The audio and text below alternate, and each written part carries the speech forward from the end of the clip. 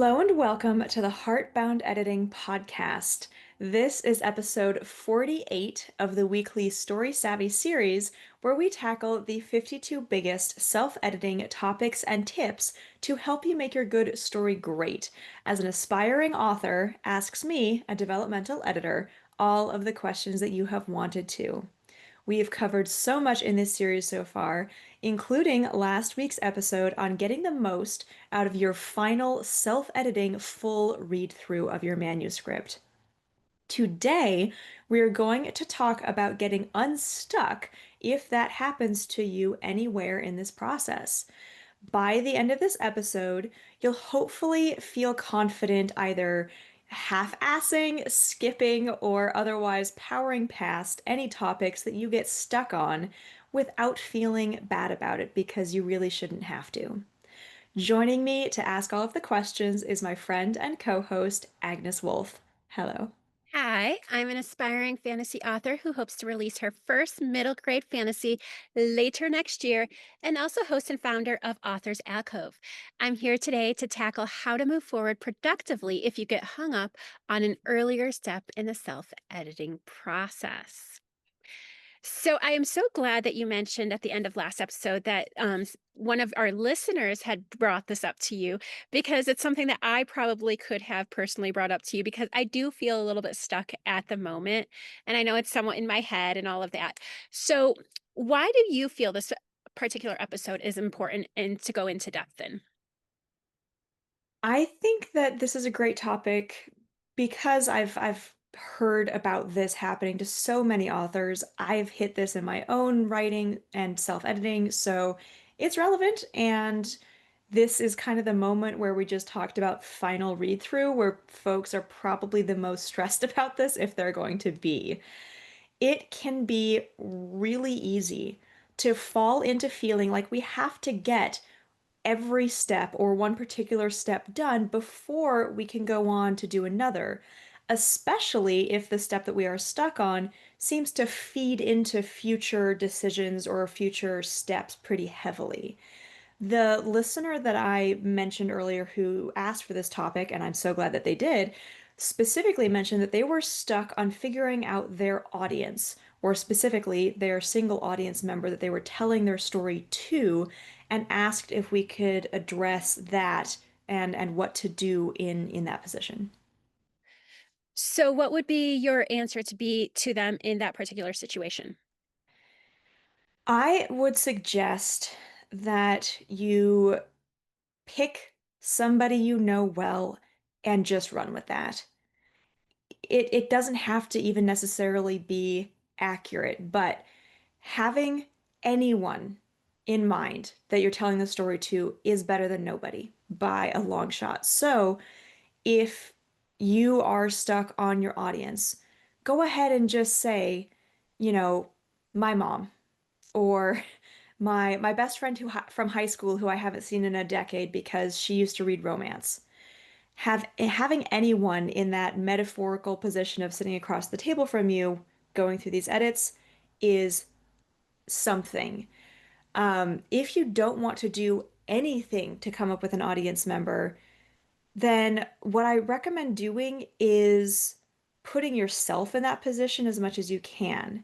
So instead of saying, I'm writing this story for nobody, for, the universe, for the empty void of space, at least decide that you're writing it for yourself and you are your own target audience. That's what I'd recommend for that specific situation.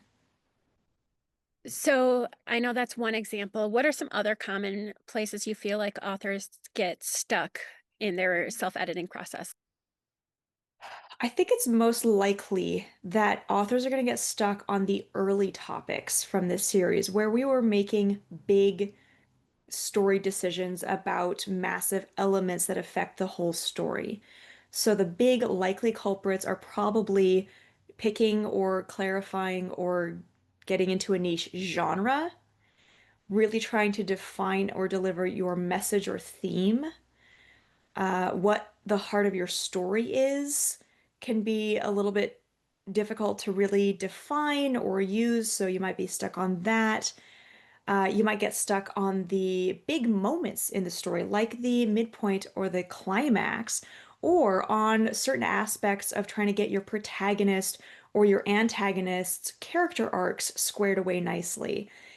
In my experience, is more likely to get stuck on big things that feel overwhelming or intimidating, and less likely to get stuck on things like, am I using all of the senses? Am I overusing nonverbal communication? Things like that.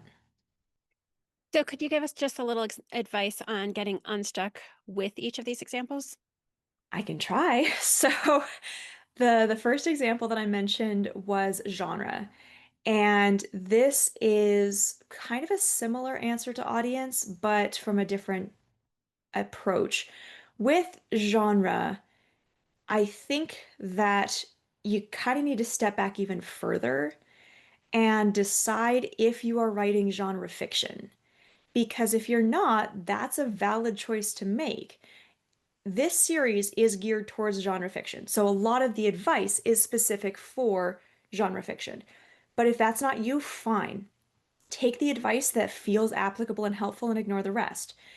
If you are writing genre fiction, but you're still really stuck on this genre question, go broader. So just naming that you're writing genre fiction, that's a step. Don't beat yourself up if that's the only step that you can get to right now. Editors, beta readers can all help with that down the road.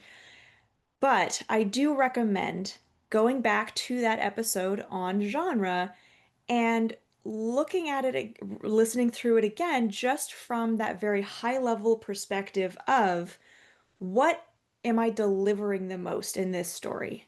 Am I delivering a romantic feeling? Am I delivering a sense of justice? Am I delivering edge of your seat horror novel kind of anticipation and strain? And from that question of what the story is delivering, just do your best to pair it to a genre that seems realistic. And as you move forward, having gotten unstuck off of that, you can over time find a new genre term that you hadn't heard before and go, oh, that's perfect. Or end up researching comp titles and you see one of them is shelved in a sub category. That's exactly what your book is, and you didn't even know that was an option. So start broad, move forward, narrow down as you go along. The second example that I brought up in my list is message or theme. And this is one I suggest skipping entirely if you're stuck on it. As I mentioned in the episode kind of on that topic, so many authors out there don't care about message or theme, and they don't do anything intentional with it. And there's even best-selling masterwork authors out there who kind of dismiss or poo-poo the entire idea. So if you're stuck on message and theme, set it aside. You kind of really don't need to look at that at all. Just keep moving forward. The Very similarly to that, the next thing on the list is the heart of your story. And the thing is, even if you can't articulate a heart of your story for yourself, it's there. Otherwise, there wouldn't be a story. Otherwise, you wouldn't have come up with the idea. Otherwise, you wouldn't have had anywhere to go with this story.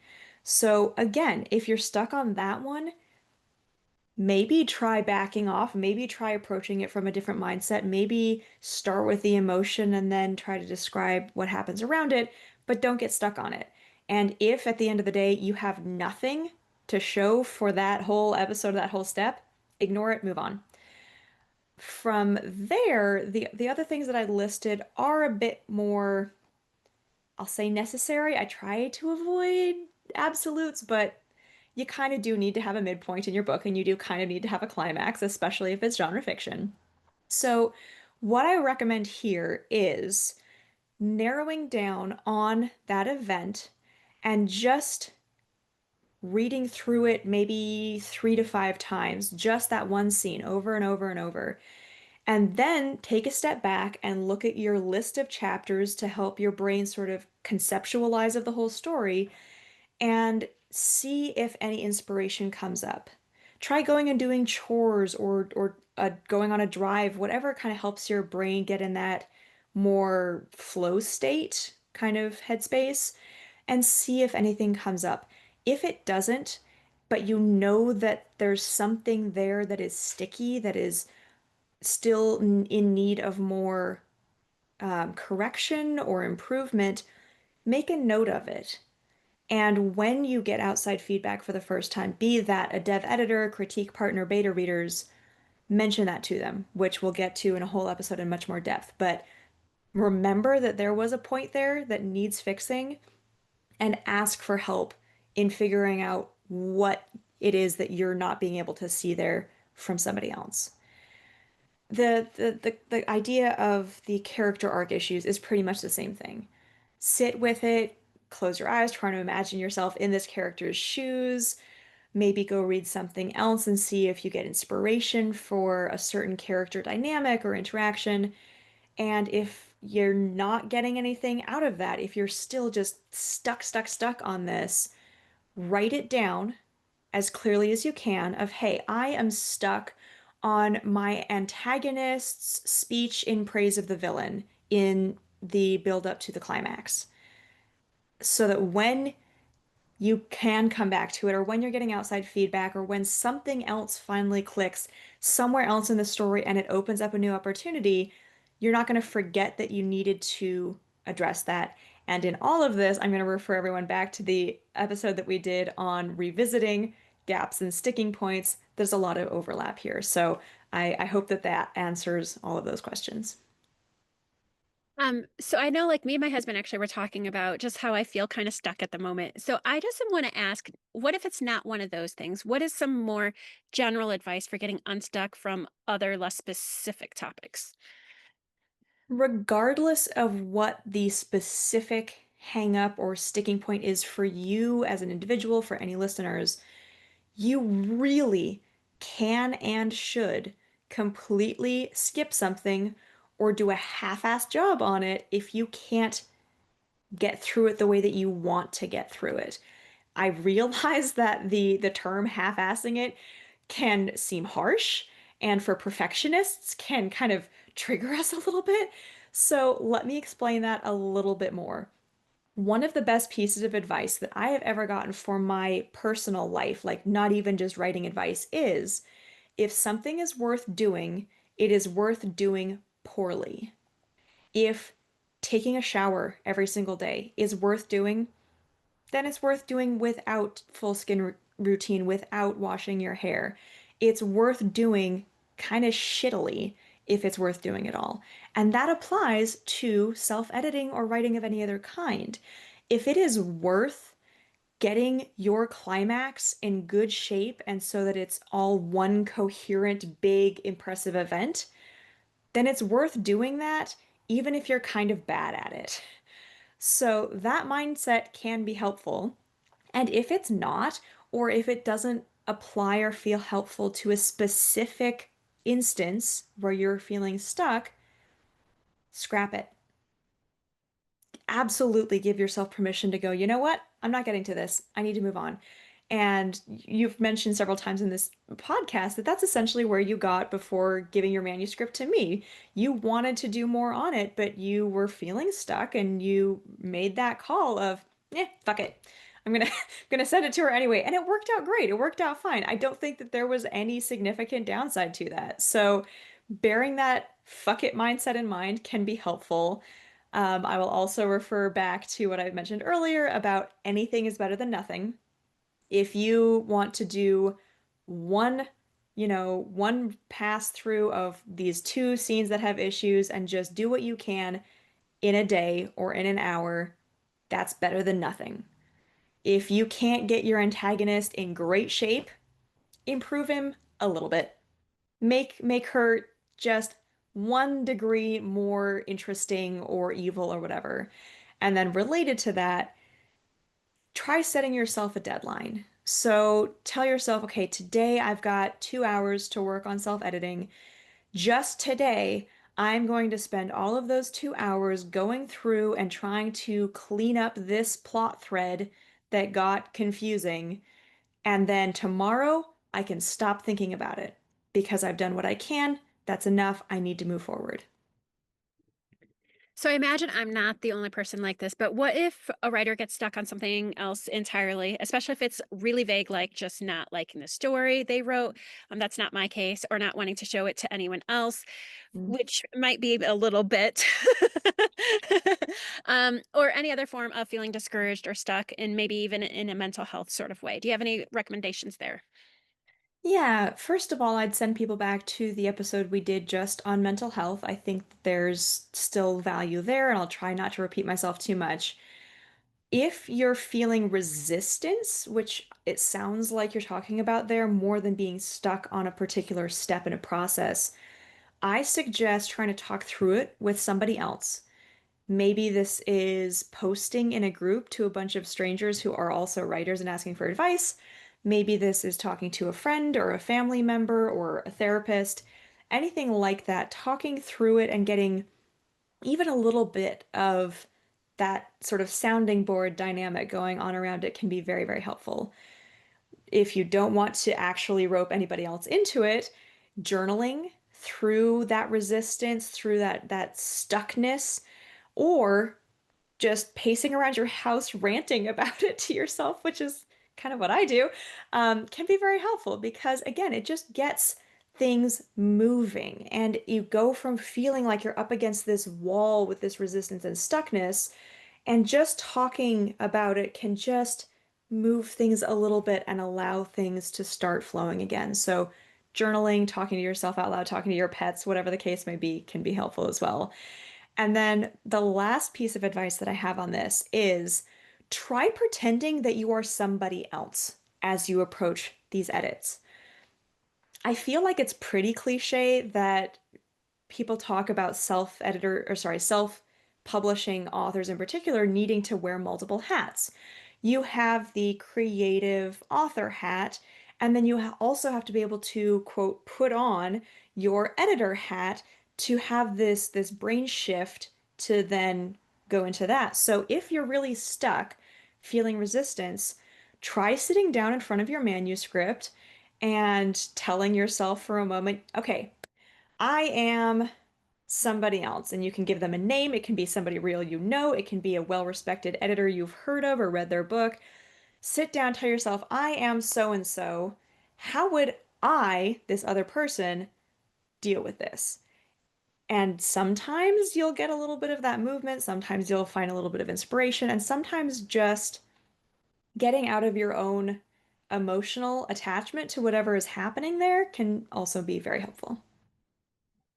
So I know you're also a writer, not just a developmental editor. So I'm going to ask you yourself, do you get stuck in your own writing or actually maybe even your editing projects? And if so, on what most of the time and how do you personally forge through? I definitely get most stuck in my general process in that moment between finishing all of my plotting and outlining and starting drafting. And that's because the former is my favorite part of the process and the latter is my least favorite. So that is definitely where I get stuck. And how I typically get unstuck from that is just going back to my notes on the climax because that's usually where a story idea starts for me, and I'm really excited to eventually get there. And just reminding myself, okay, yes, I'm going to have to write 60,000 words to get to the climax scene, but I love this idea so much that it's worth it to get there.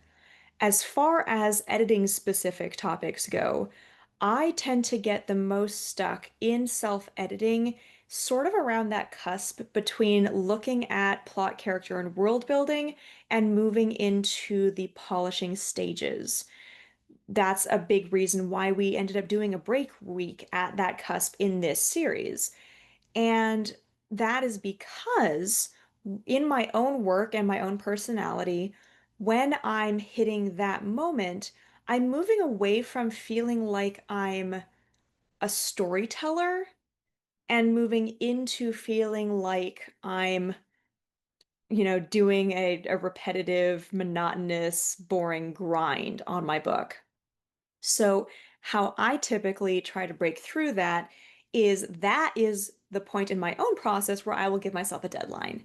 So that is where I will, contact a beta reader or one of my groups for that, or book in a developmental editor, something like that, usually 2 or 3 months out, so that I know that part of the process that I find so much more arduous and more likely to get stuck on is finite. That makes a big difference for me. And to be honest, the adrenaline and stress of knowing, oh my God, I need to get this done before the deadline is very helpful in breaking me past that and forcing me to move forward as well. So I would love to ask you, you're also a writer, and we've talked about a lot of this stuff. I've worked on your book. Where do you feel like you get stuck on this topic or any other topic, and how do you typically try to move forward through that? I think that I have a lot of imposter syndrome. So I think that I get stuck, especially when I start to feel like I'm getting close to finishing something in it. And then I start being like, I have all this self doubt and then I can't do anything. Fortunately, I have this amazing husband who is like, he gives the best advice and he's not soft about it. He's like blunt, which is what I need. Um, but I think just doing anything. So I don't mean like distracting sort of things, but like I think one of the things that I have found is just do anything. And so like I literally will just start reading the the chapter or anything just to try to get through and not necessarily focus on anything in particular and then or and that will usually like help me have like my creative energy. Or as funny as this is, I actually have certain podcasts that I will put on that help me with my creative energy because they talk about specific types of editing, and usually it starts getting me daydreaming and that sort of thing. But those are the basic things. It's just making sure I'm actually doing something going forward, not just busy work like, oh, I'm going to correct all the punctuation, which I'm going to be changing all because I'm going to be changing other things later down. I think that that's kind of a pointless thing for me, and I used to try to do that, but that one's not really moving forward because it's all going to change in the end. So. Sure. So, wrapping up, I do have one last question. If we do end up skipping or half assing something we were stuck on in order to move forward and finish, when do you think we should come back to it, if at all? I think that setting it aside permanently is okay if that's the choice that you want to make, if that's what feels right. I would recommend giving it a solid couple of weeks before coming back to it, if at a minimum, essentially. You want to get past the larger patch of resistance before you try coming back to that sort of core moment of it. So a lot of this might end up being that you don't come back to it until you're implementing the feedback that you get from outside readers. So let's go back to our audience members example of I'm stuck on audience. I don't know who my audience is. It's totally fine to set that aside for whatever 40-ish episodes of the series and wait until you've already gotten your beta feedback and your dev feedback, which we're going to do an episode on accepting and implementing. And at that stage, hopefully, there's something in this outside feedback that will unblock that for you. So I don't recommend trying to come back to things, especially if they were big or really, really stalled you out, until you've reached that done marker of handing it off to the beta readers and probably waiting until you've gotten that feedback from them. Well, thank you so much for your insight. It has always been helpful, as always. Thank you. Delightful. And yes, next week we will go over formatting, finding feedback readers, and how to set yourself up for success when sending your book out to them. For now, I would really like to thank everyone who follows along with this series, and especially the audience member who gave us this week's topic. If you know any authors or writers who are nearing the end of their first draft or struggling with revising or rewriting their novel, please send them our way or send this podcast to them. The more authors that we can help not only understand this process, but reach the end of it feeling very confident in their work, the better. Thank you, Agnes. I will see you all next week. Thank you. Bye.